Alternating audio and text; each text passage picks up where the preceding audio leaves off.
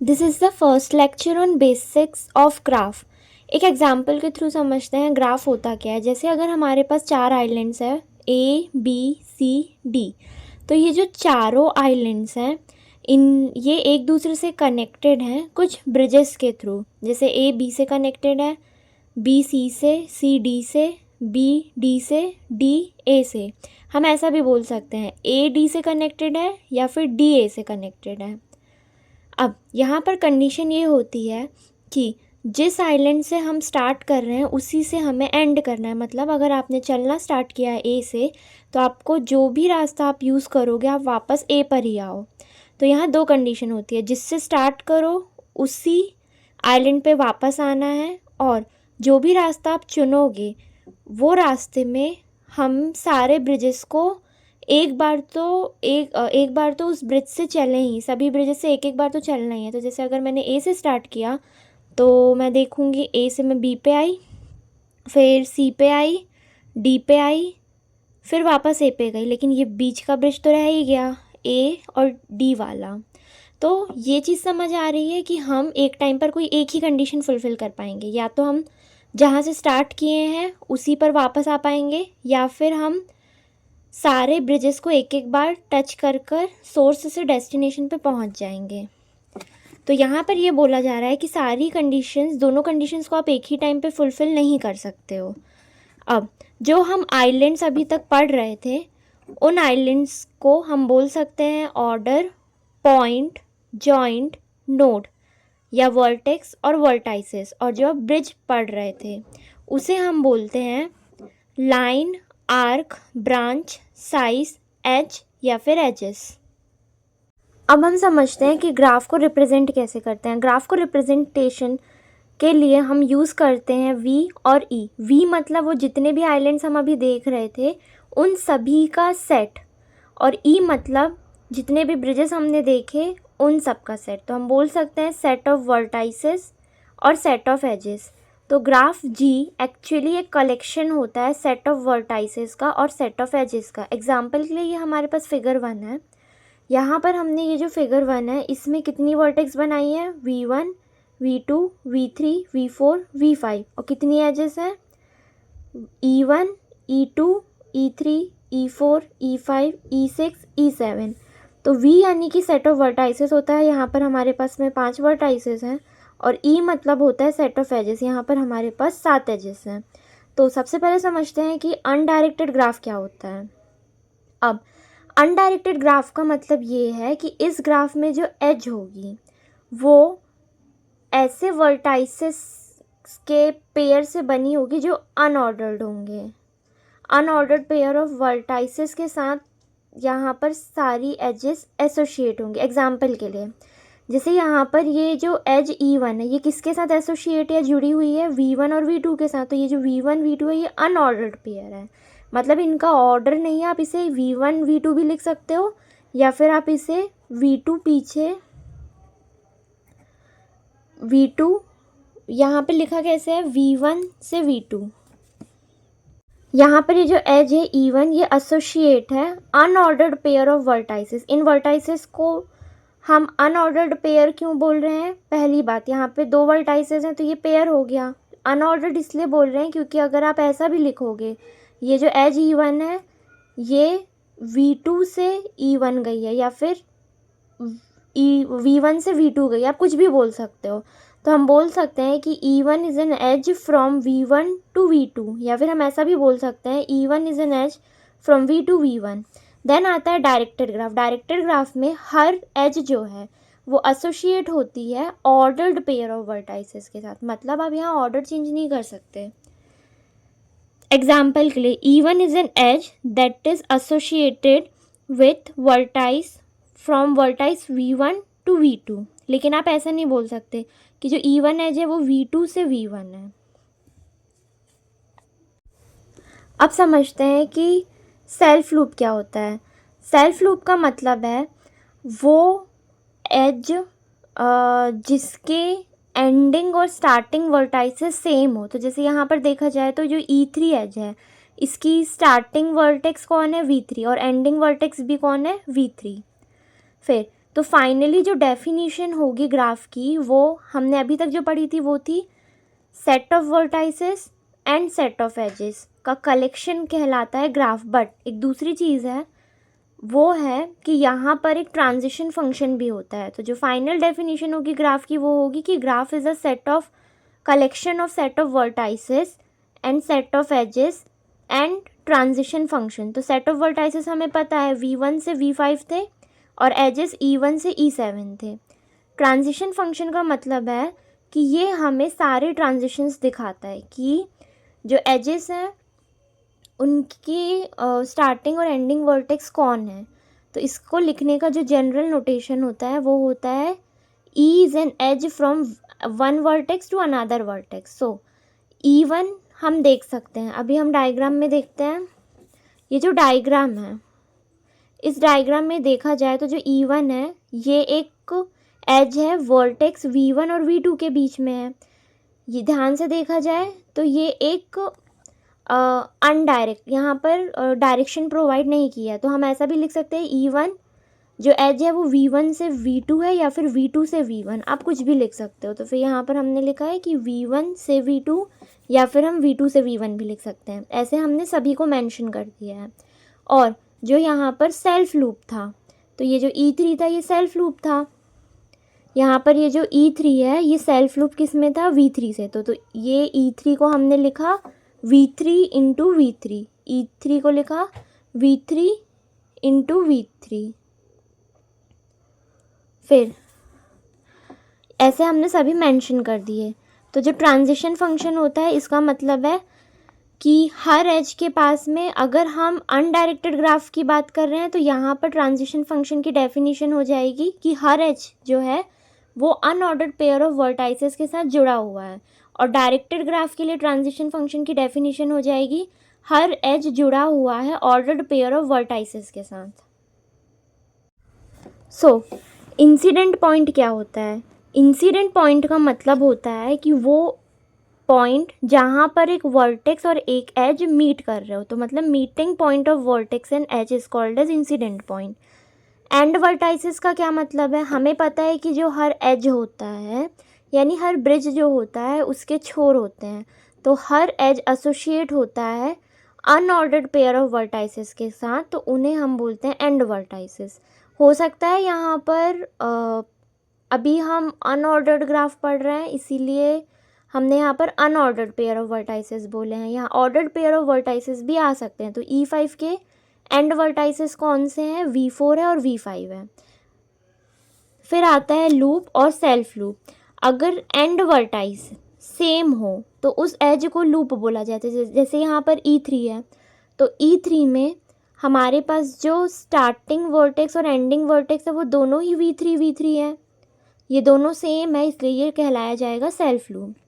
Parallel edges क्या होती हैं? दो या दो से ज़्यादा एजेस। अगर हमारे पास सपोज दो एजेस हैं और उन दोनों ही एजेस के जो एंड वर्टाइसेस हैं वो सेम है तो हम बोलते हैं कि वो पैरेलल एजेस है। एग्जाम्पल के लिए इस डायग्राम में देखते हैं E5 और E6। E5 के वर्टेक्स कौन है? एंडिंग वर्टेक्स है V4 और V5 और E6 के एंडिंग वर्टेक्स कौन है? V4 और V5। तो मतलब ऐसी एजेस जिनके एंड वर्टाइसेस सेम हो उसको हम बोलते हैं पैरेलल एजेस।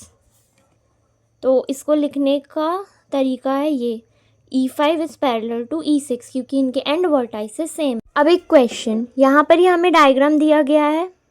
कितने वर्टेक्स हैं यहाँ पर? V1, V2 और V3 वर्टेक्स हैं। कितनी एजेस है? E1, E2 और E3 एजेस हैं। तो हमें बताना है कि क्या यहाँ पर कोई एजेस पैरेलल होंगे हैं। तो पहले हम क्या करेंगे, जितनी भी एजेस यहाँ पर दी हैं उनके हम एंड वर्टाइसेस नोट कर लेंगे। E1 के एंड वर्टाइसेस हैं V1 और V2, E2 के एंड वर्टाइसेस हैं V2 और V3, ये हमने लिख दिया। E3 के एंड वर्टाइसेस हैं V1 और V3। अब यहाँ पर ध्यान से देखो, क्या कोई भी दो एजेस ऐसी हैं जिनके एंड वर्टाइसेस सेम है?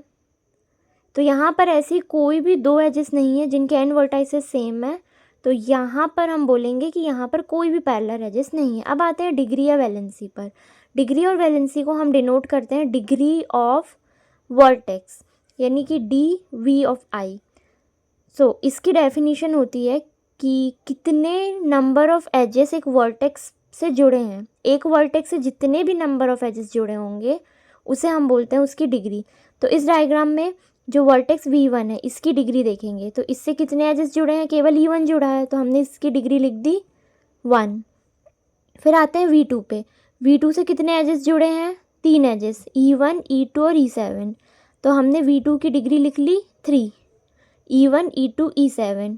डिग्री ऑफ V3 क्या है, यहाँ पर इससे कितने वो जुड़े हुए हैं एजेस, 4 जुड़े हैं, तो हमने लिख दिया 4।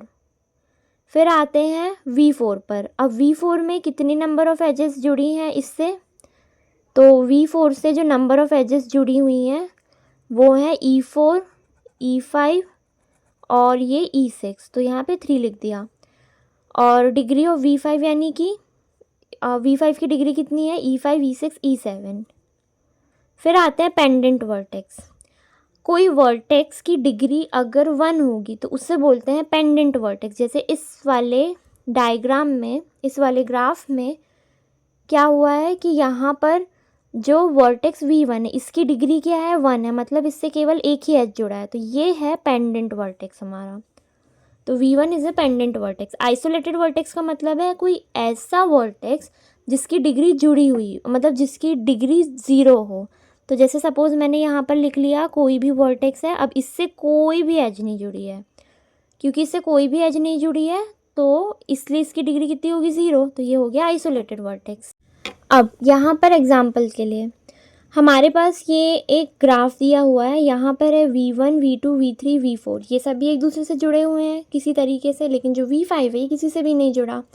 तो जो डिग्री होगी V5 की वो होगी 0। तो ये जो 0 डिग्री वाला वर्टेक्स है इसको हम बोलेंगे आइसोलेटेड वर्टेक्स। जब ऐसे आइसोलेटेड वर्टेक्स का हम एक सेट बना देते हैं तो उसको बोलते हैं नल ग्राफ। ये है नल ग्राफ का एग्जाम्पल। यहाँ पर ये V1, V2, V3, V4 ये सारे आइसोलेटेड वर्टेक्स हैं। इनका जब हमने एक सेट बना लिया, यानी इनका एक ग्राफ बना लिया, तो ये नल ग्राफ कहलाया जाएगा।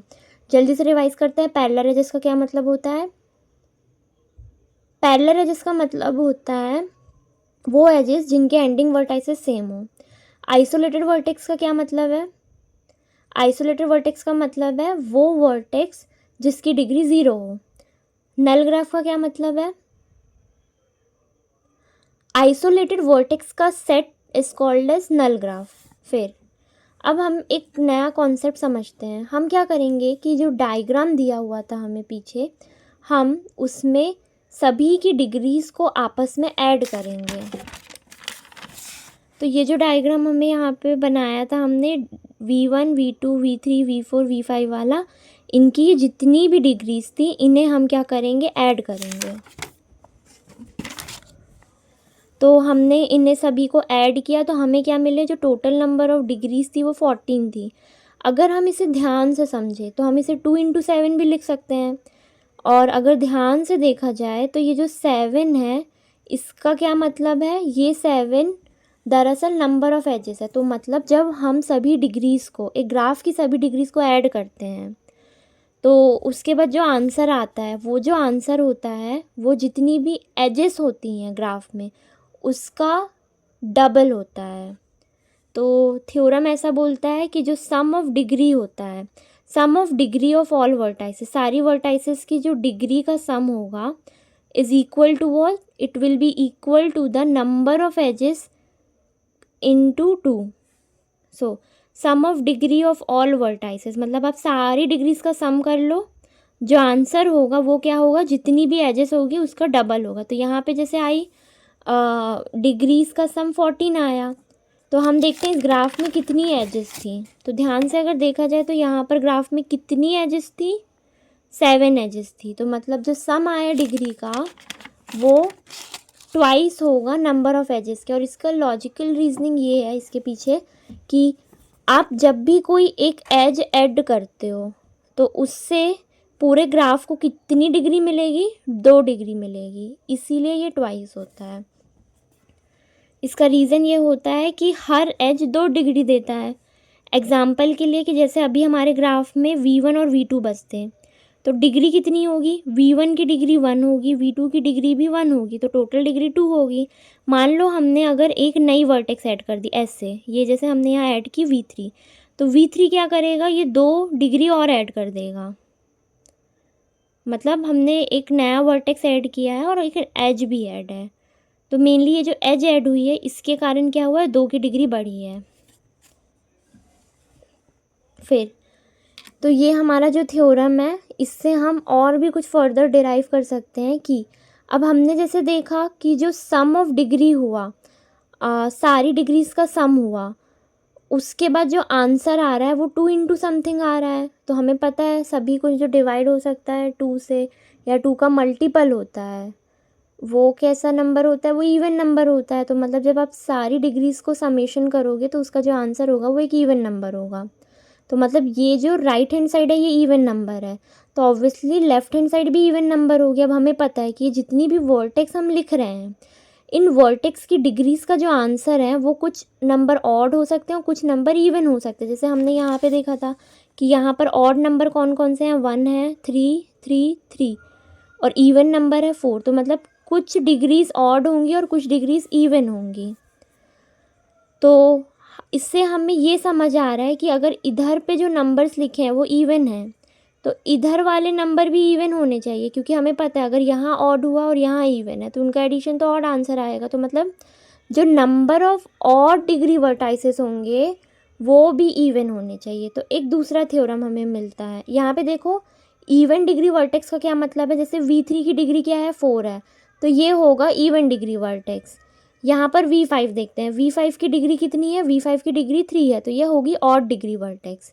तो इससे ये समझ आ रहा है कि जो number of odd degree vertex होंगे वो हमारे पास इवन होंगे। तो मतलब जैसे ऑड डिग्री वाले वर्टेक्स आपके या तो 2 हो सकते हैं, 4 हो सकते हैं, 0 हो सकते हैं, 6 या 8 हो सकते हैं। तो दूसरा थ्योरम ये बोलता है जो number of odd degree vertices होंगे ग्राफ में वो हमेशा इवन होंगे। तो यहाँ पर देखो जैसे ये ग्राफ है, तो यहाँ पर ऑड ऐसे कितने वर्टेक्स हैं जिनकी डिग्री ऑड है, 2 हैं। ये जो 2 नंबर है ये एक इवन नंबर है, तो ये सही है।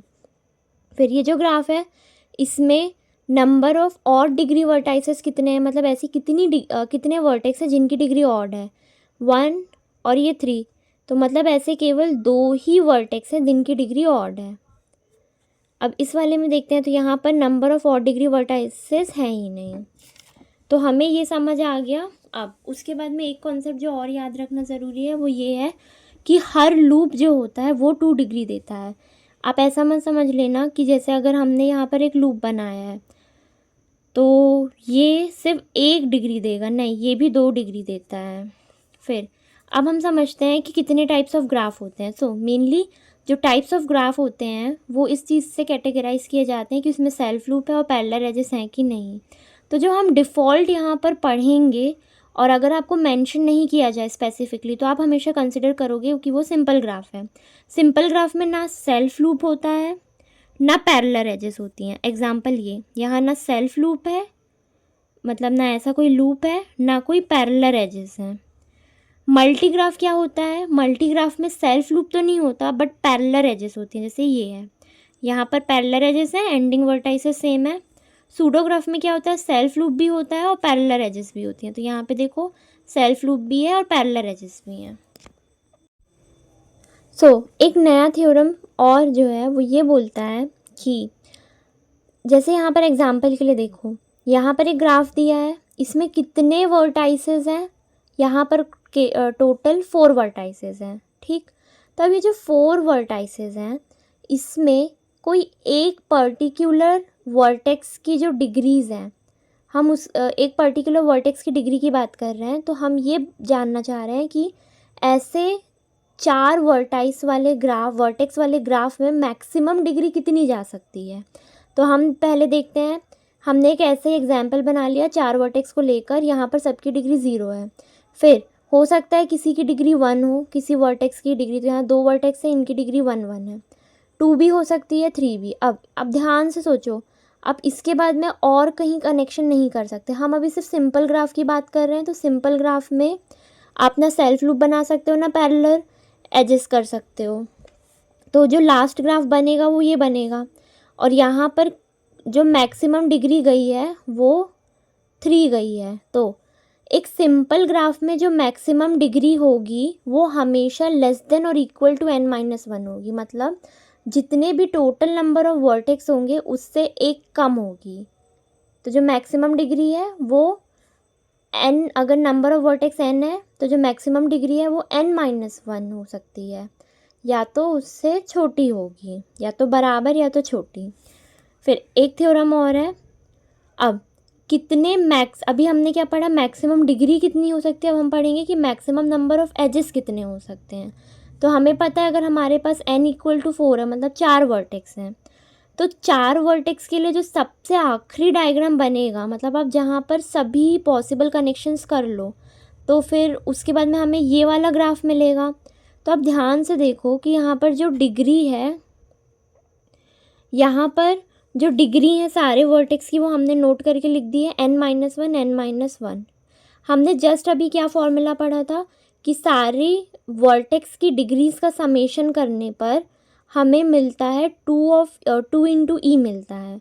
तो हम क्या करेंगे कि सारी डिग्रीज का समेशन कर लेंगे। तो हम नॉर्मली भी लिख सकते हैं n-1 plus n-1 plus n-1 plus n-1, या तो हम ऐसा भी लिख सकते हैं कि n-1 4 टाइम्स है तो यानी n टाइम्स है, तो n × n-1 लिख सकते हैं और इक्वल टू 2e लिखा है।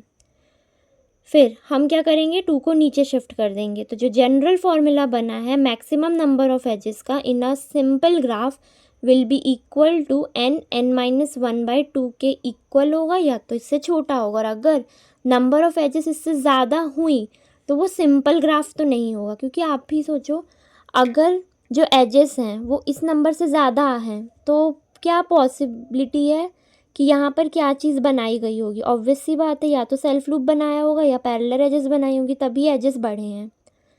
तो जो मैक्सिमम नंबर ऑफ एजेस होंगी सिंपल ग्राफ में वो less than equal to n-1/2 होंगी।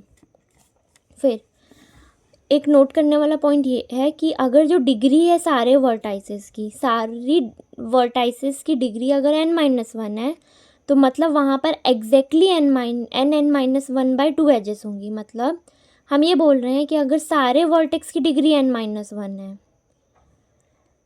तो मतलब ये जो ग्राफ बना होगा इसमें हमारे पास टोटली कितनी एजेस होंगी, n-1/2 एजेस होंगी।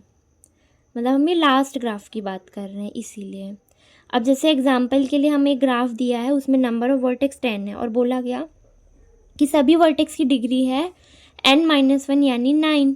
तो एग्जैक्टली कितनी एजेस होंगी, तो वहाँ यहाँ पर हम ये नहीं लिखेंगे कि लेस देन इक्वल टू होगा, हम डायरेक्टली लिख देंगे आंसर निकाल कर कि n-1/2 एजेस होंगी। तो n लिखा 10, n-1 लिखा 9/2 यानी 45 आंसर आ गया, क्योंकि सबकी डिग्री n-1/2 थी, सबकी डिग्री n-1 है, तो इसलिए हमने डायरेक्टली लिख दिया। और अगर थोड़ा डिफरेंस होता कि सबकी डिग्री n-1 नहीं है, कुछ डिफरेंट है, तो अगर ये पूछता कि मैक्सिमम डिग्री कितनी हो सकती है तो हम लेस देन इक्वल टू लिखते 45। फिर अब हम आते हैं टोटल नंबर ऑफ ग्राफ कितने बना सकते हो आप अगर आपको n दिया गया हो। तो सपोज़ जैसे अगर मुझे n दिया गया है तो सबसे पहला मैं ऐसा एक बना लेती हूँ। अगर मुझे दिए गए हैं कि मेरे पास में सिर्फ 4 वर्टेक्स हैं तो सबसे पहली पॉसिबिलिटी है कि मैं क्या करूँगी, मैं एक भी एज नहीं बनाऊँगी। तो मतलब डिग्री एक भी एज नहीं बनाई है तो डिग्री 0 है और नंबर ऑफ़ एजेस भी 0 है। ओके, तो अपन इसको अभी रफ अजम्पशन मान लेते हैं कि यहाँ जो एज बनेगी उसको अपन E1 बोलेंगे, यहाँ पर जो एज बनेगी उसे अपन E2 बोलेंगे, जैसे मैंने लिख दिया।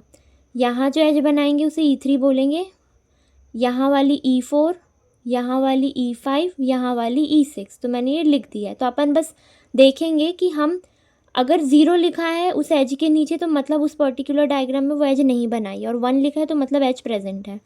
तो अब यही 4 वर्टेक्स के साथ आपको कुछ ऐसा करना है कि जो नंबर ऑफ़ एजेस हो वो 1 हो। तो एक तो ग्राफ ऐसा बन सकता है कि हम यहाँ पर एक एज बना ले रहे हैं, या फिर हम दूसरे वे से भी बना सकते हैं कि ये जो एज है वो ये वाली एज प्रेजेंट हो। तो मतलब आप समझ रहे हो कि एक ग्राफ ऐसा बन सकता है जिसमें केवल एज E3 प्रेजेंट है, एक ग्राफ ऐसा बन सकता है जिसमें केवल एज E2 प्रेजेंट, और हमें सिर्फ एक ही ग्राफ चाहिए। तो देखो हमने अभी देखा कि ऐसे कितने ग्राफ बन सकते हैं जिसमें एक भी एज ना हो, 4 वर्टेक्स हो, एक भी एज ना हो, तो मतलब ऐसा सिर्फ एक ही ग्राफ बन सकता है। तो ये एक ग्राफ हुआ। फिर ऐसे कितने ग्राफ बना सकते हो आप जिसमें केवल एक ही एज प्रेजेंट हो? तो अपन ऐसा कर सकते हैं कि एक ग्राफ बनाया जिसमें केवल E6 प्रेजेंट है, एक दूसरा ग्राफ बनाया जिसमें केवल E5 प्रेजेंट है, ये देखो मैंने ड्रॉ किया इधर पर। फिर एक ऐसा ग्राफ है जिसमें केवल E4 प्रेजेंट और बाकी कोई भी प्रेजेंट नहीं, इसलिए यहाँ 0 0 लिखा है बाकियों में, और यहाँ 1 लिखा है। तो देखो E4 प्रेजेंट है। एक ऐसा ग्राफ जिसमें केवल E3 प्रेजेंट है, ये E3 बस है, बाकी कोई नहीं है, तो सब 0। तो ऐसे कितने ग्राफ बनेंगे? ऐसे 6 ग्राफ्स बनेंगे जिसमें केवल एक ही एज हो और 4 वर्टेक्स हो। फिर अब हम आते हैं, ऐसे ही सेम हम रिपीट करते जाएंगे। अब हमें ऐसा ग्राफ बनाना है जिसमें केवल 2 एज हो। तो अब क्योंकि यहाँ पे टोटल 6 एजेस पॉसिबल हैं, तो आप कोई सी भी 2 को देख सकते हो। तो मतलब ऐसे करके ये कितने नंबर ऑफ ग्राफ्स बन रहे हैं टोटल, वो हमें पता करने हैं। तो इसका फॉर्मूला होता है 2 की पावर n n-1/2। ये लिखा है 2 की power n n-1/2। Total number of graphs कितने होंगे अगर n number of edges n number of vertex दिए हैं? 2 की पावर n n-1/2। ये तो मतलब हम अगर 4 वर्टेक्स देख रहे हैं तो हमारे पास में कुल 64 ग्राफ्स प्रेजेंट हो सकते हैं। अब आते हैं क्वेश्चन। अब मान लो अगर आपको बोला गया है कि हमें बताने कि कितनी ग्राफ्स पॉसिबल हैं जिसमें 4 वर्टेक्स हो। अगर सिर्फ इतना पूछा होता 4 वर्टेक्स के दिया गया है तो कितनी ग्राफ्स प्रेजेंट है, तो आप डायरेक्टली लिख देते 64। पर इसमें क्या लिखा है? केवल उसमें एक एज होनी चाहिए। तो यहाँ पे एज भी मेंशन की गई हो, अगर स्पेसिफिक एजेस भी मेंशन की गई हो, तो हम क्या करेंगे? हम यहाँ पर एक फॉर्मूला लगाएंगे परम्यूटेशन एंड कॉम्बिनेशन वाला। तो हम यहाँ ऊपर क्या लिखेंगे? हम यहाँ पर ऊपर लिखेंगे n n-1/2, फिर यहाँ नीचे लिखेंगे c, और फिर यहाँ पर कितनी एज वाला डायग्राम्स आपको चाहिए। तो हम यहाँ n n-1/2 से आंसर 6 आ जाएगा। यहाँ सी नीचे 1 है, और हमें कॉम्बिनेशन का फॉर्मूला पता है, ये जो ऊपर वाली चीज़ है वो ऊपर ही रहती है। फिर n और r का माइनस होता है तो 5 हो गया, और r को एक बार और लिख देते हैं, ये n factorial, n minus r का फैक्टोरियल और r का फैक्टोरियल, इससे आंसर 6 है। तो मतलब ऐसी केवल 6 ग्राफ्स होंगी जिसमें 4 वर्टेक्स तो हैं पर एक ही एज प्रेजेंट है। ये हमने देखा था ना, ये 6 ग्राफ्स बस प्रेजेंट है। अब कितनी ग्राफ्स पॉसिबल हैं जिसमें, अब ये एक और क्वेश्चन पूछा है, इसमें बोला गया अगर सिर्फ इतना पूछा गया होता कि कितनी ग्राफ्स प्रेजेंट हैं जिसमें केवल 4 वर्टाइसेस, अगर इतना बस पूछा होता तो हमारा आंसर वो होता 2 की पावर n n-1/2। लेकिन यहाँ बोला है एटलीस्ट 2 एजेस, कम से कम 2 एजेस तो प्रेजेंट ही होनी चाहिए। तो ऐसे कौन कौन से ग्राफ्स हैं जिसमें केवल 2 एजेस होती हैं? तो जो ग्राफ है, पहला ग्राफ जिसमें एक भी एज प्रेजेंट नहीं है, एक दूसरा ग्राफ जिसमें एक एज प्रेजेंट है, तीसरा ग्राफ जिसमें 2 एज प्रेजेंट है, चौथा जिसमें 3 एजेस प्रेजेंट है।